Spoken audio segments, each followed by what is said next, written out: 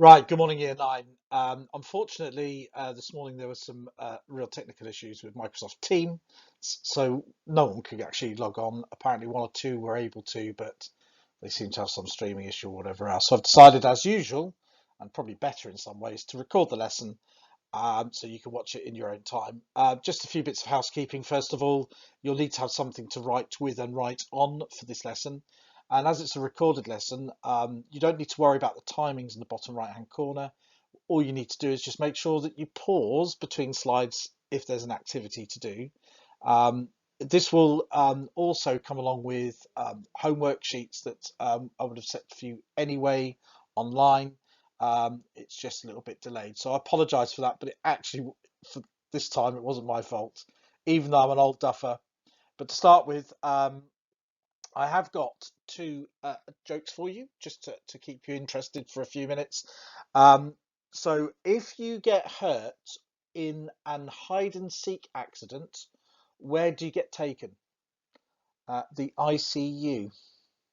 I'll leave you that one for the second. Have a think about it. Okay, so the lesson this morning is to do with adaptation in plants, a subject that's dear to my heart. Find it very interesting. Just love looking at the different adaptations that plants have and enables them to survive in their natural environments, which is really good. The first part is if you'd like to pause for a minute or so and see if you can pair up the different descriptions on this do now. So pause and then we'll go through the answers. So if you had a chance to do this, tightly curled leaves means it reduces transpiration. And all transpiration is, and we're looking at a bit, is evaporation of water through leaves. Okay, that then draws up water in the stem of a plant from its roots. Swollen stems enable the plant to store water. Thorns prevent predation, stop animals eating the plants, and long roots give it uptake of water.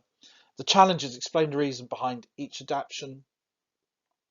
Adaptations are there to enable, on a really basic level, an animal or a plant to survive to adulthood so that it can actually reproduce. And the way I look at it, we're going to touch on evolution later on in the lesson, but also as a general thing, on a simple level on evolution, if you are alive, you can have sex. And we're talking about sex in the terms of being able to reproduce sexually in order to continue the population. Okay, so if your genetic code and the adaptations you have enable you to survive in that environment, whatever organism you are, plant or animal, then as an adult, you'll be able to sexually reproduce and pass on those strong genes until the next generation. Okay, so you can see on this slide now the different environments. Now, the way adaptation works for all organisms is about fitting into the environment that the animal or plant lives in.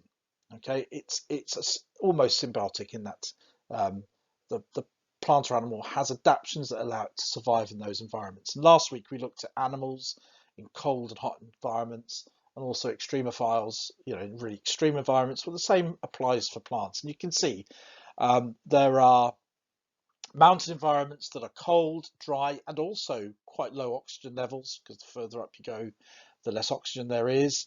Savanna, this is not desert, it's not jungle, it's in between, so it's grasslands.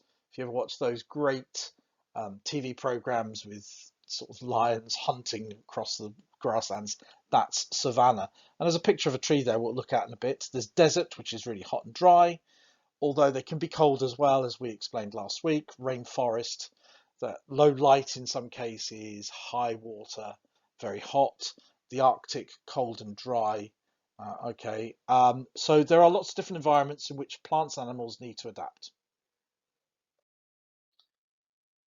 Okay, so we're looking at the way plants exist and what they do. And if you look at this diagram, you need to make some notes. Okay, and what we know is that plants need light, they need water, carbon dioxide, oxygen as well, minerals and ions, and they need space too.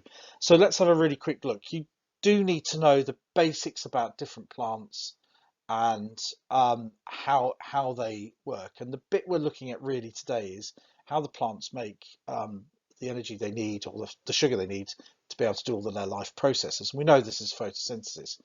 And a plant takes water from its roots, the water gets up into its leaves, where it's combined with carbon dioxide from the atmosphere using the light from the sun to reconvert those molecules into glucose and oxygen. And the glucose is used for the 7 life processes that all animals and plants take part in. Really important because we eat those plants as an energy source as well. So this process of photosynthesis is incredibly important. Now, the really crucial bit here is about water, and it's not just about getting water up from its roots from the ground, but also storing the water in enough levels for the plant to survive. And if a plant lives in a really extreme environment, it needs to be able to store water for quite long lengths of time between rainfall and everything else. And we're going to look at those adaptations. So water, light, and carbon dioxide for photosynthesis. Oxygen is used in respiration for plants, because all plants uh, use respiration.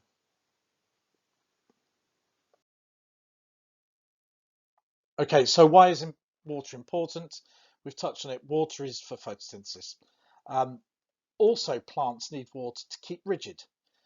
Unlike animals, plants don't have skeletons, so each of their cells, they're quite large cells in terms of biology, each of their cells needs to have a certain level of water in it to keep them stiff in order to hold the plant up. If I like to think about them as microscopic Lego bricks that fill with water, and if the plant doesn't get enough water, the cells themselves reduce in size, and the plant wilts. So they need a level of water that's big enough to hold the plant up. We've all seen plants that have lost water and they start to wilt over because they can't hold themselves up. Key words here are turgid. That means, technical term meaning it's so stiff that it's got full of water, it's stiff and full of water. And the opposite of turgid, when it's drooping through lack of water, is called flaccid. They're words you might want to take a note of, because in writing answers to questions, they are good technical terms to use. So what we look at is, how do these plants then survive in really arid conditions? And we're going to look at that over the next couple of slides.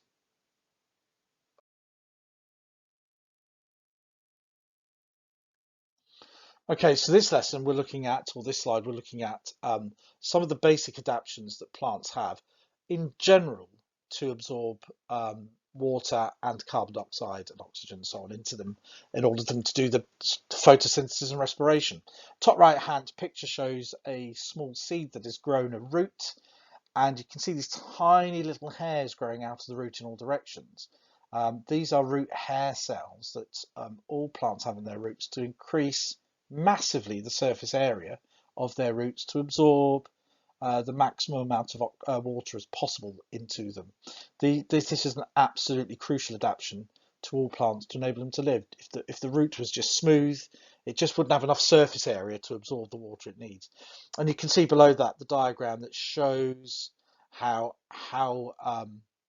the root hairs work, okay, to give maximum amount of water coming in. And what we have is lots of plants live in conditions where there isn't always water available.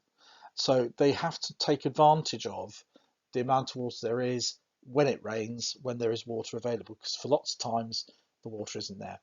And the other adaptation that's really important are stoma, or the plural stomata, that are tiny, tiny holes on the generally underside of leaves. There's a few sometimes on leaves, sometimes on stems as well, but generally on the underside of leaves, that open during the day so that the plant can take in air with carbon dioxide in it.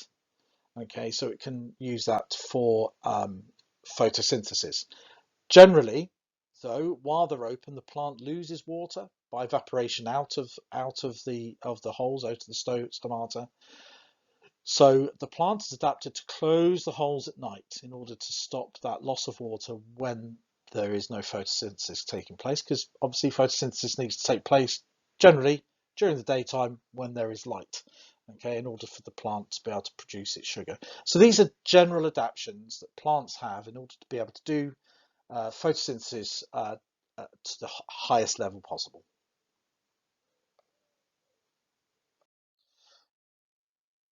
So how do plants survive in the arid conditions of the desert? As you can see on the notes, okay, they have to have adaptations.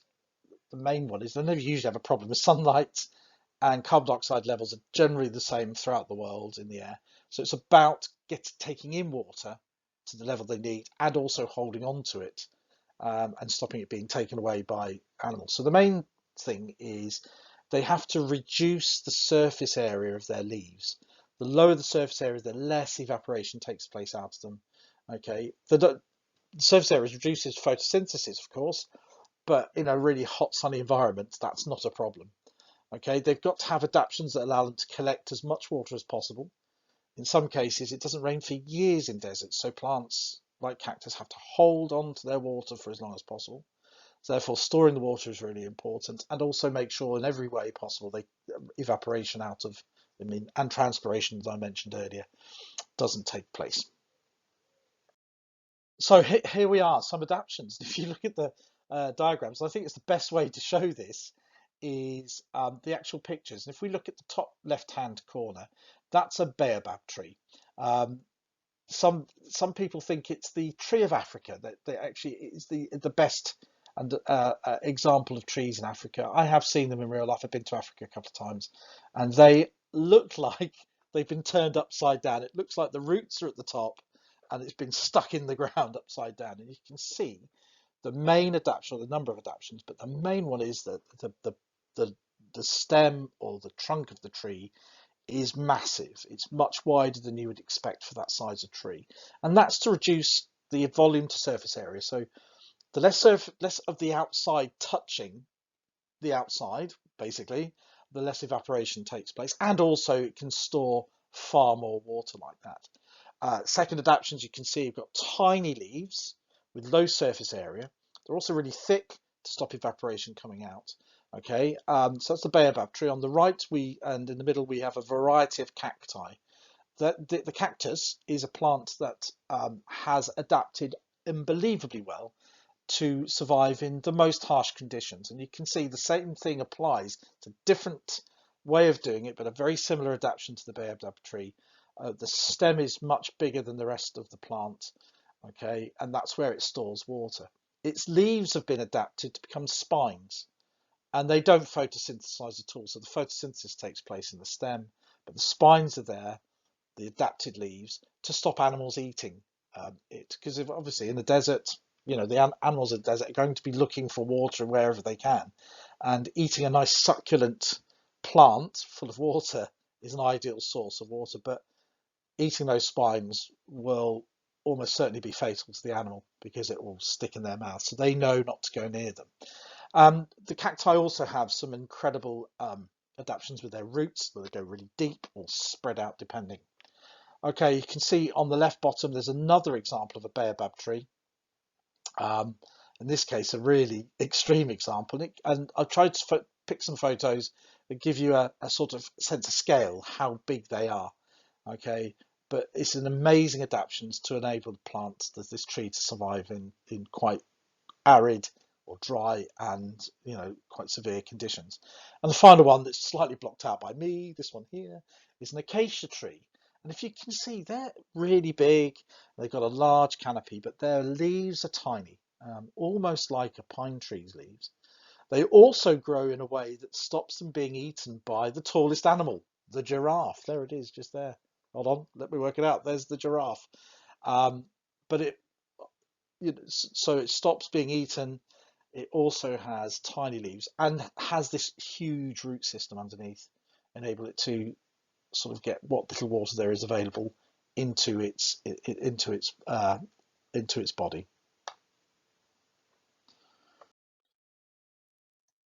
So you may need to take notes on this slide. We talk about large surface area. A few desert plants have broad leaves with large surface area. This leaves collect water. Sometimes you get them where they actually collect dew. And in the South American deserts down the Atacama, some plants, the only water they get is from the morning mist rolling in off the sea. It actually hasn't rained there for over 100 years. So these plants, the only moisture they get. So they can change their surface area. So large surface areas can help. Smaller surface areas in Africa, for example, stop that evaporation going out. Also, collecting limited water, which there isn't much of in these arid conditions. Plants need deep roots. Now, the picture that I'm getting in the way of shows a brilliant example of cactus that the earth has been cut away to the side of it, so you can see how deep the roots go. There is often groundwater in the desert, but it's a long way down. And to get that water, you need to grow as a plant quite deep roots. The alternative, I couldn't find a picture example of this, but you get cactus that have these incredibly spread out roots, quite near to the surface. And they've been adapted to take as much water in when it does rain, because it does rain in the desert, but very rarely. So if it rains, the plant's got to take in the maximum amount of water available to it as quickly as possible. So further on with this, once the plant has got the water it needs to enable it to photosynthesize over a period of time, it needs to hold on to that water. So we know, I'm going to introduce you to a couple of some sort of key words here. So first of all, they're thick cuticles. Now imagine the very outer layer of a plant, of its leaves. That last layer of cells, that last layer of material is called a cuticle, the very outside of the leaf. Now, if it's a thick cuticle, it means there's less likely for water to, by osmosis, go through, or evaporation go through that layer. It makes it a sort of a barrier for the water to escape. Also, the cuticle is waxy. And it feels sort of waxy and smooth. And you can see even ivy leaves there have this waxy thick cuticle to stop water escaping. Okay, and you can see it's rained on that leaf, but the water's not getting in the same way the water can't get out because of this waxy layer, this waterproof layer that the plant can't get, so that stops evaporation further. And as we've seen with cactus, the cacti, they have adaptations where there's no leaves, so evaporation can't take place. So this is a tough question here. I'd like you to read through this question, have a think about it. Think about the stuff that we've talked about, particularly with the adaptation in leaves, okay, and why that's helpful, and see if you can come up with the answer. So you never know quite what sort of questions they will ask as an examiners. They might just ask something about deserts or wherever, but they sometimes come up with sort of left field stuff. In this case, by the beach and that sort of thing. So marram grass grows on sand dunes and has tightly coiled leaves. Okay, how does this adaptation help it to survive? Have a think about it, see if you can write down some answers, and we'll go through it in a second. Okay, so you may have come up with some answers, you may not have, but let's have a look at some examples of what you may have put down. So marram grass, coiled leaves, how does that help it survive? So the tightly coiled leaves reduce its surface area. Okay, this cuts down the area from which water can evaporate or be lost. Okay, the plant needs to keep its water for photosynthesis, and this adaptation helps it survive in dry conditions. In this case, it's not a desert, but it's sand dunes by the sea, where often water flows through the sand, so there's very little water. Even when it rains, it's still quite dry. So it'd be good to put your own version of those answers down. So finally, this concludes the lesson. It's a really simple lesson on adaptations. You've got the idea about the different adaptations that plants have in order to be able to, in dry conditions, particularly to photosynthesize and continue the life processes that they have. So what you need to do now as part of the show my homework is there'll be a worksheet or some exam questions that have been set by your class teacher, and using the information from this lesson, okay, I'd like you to go away and answer those questions. If you can remember or use your notes, you will be able to answer these questions perfectly. So good luck, concentrate on that, and I hope you do well. And I want to hear about the feedback from your teachers when that's done. So this is the end of the lesson. Just sorry about if you were involved in the live lesson this morning and what's happened. It's difficult sometimes. Technology doesn't work, and it does seem quite a lot when it's computer technology. It doesn't work around me. It's just one of those things. But I hope you enjoyed the lesson, and I'll finish with my second joke. Okay, was that last night I was haunted by a chicken ghost. When I phoned up the experts, they said it was a poultrygeist. Okay, and they would send out an exorcist to remove it. I'm sorry, proper dad jokes, but then I am a dad and I'm old enough to be able to say those. Okay, good luck, and I will hopefully look forward to seeing what feedback you've got.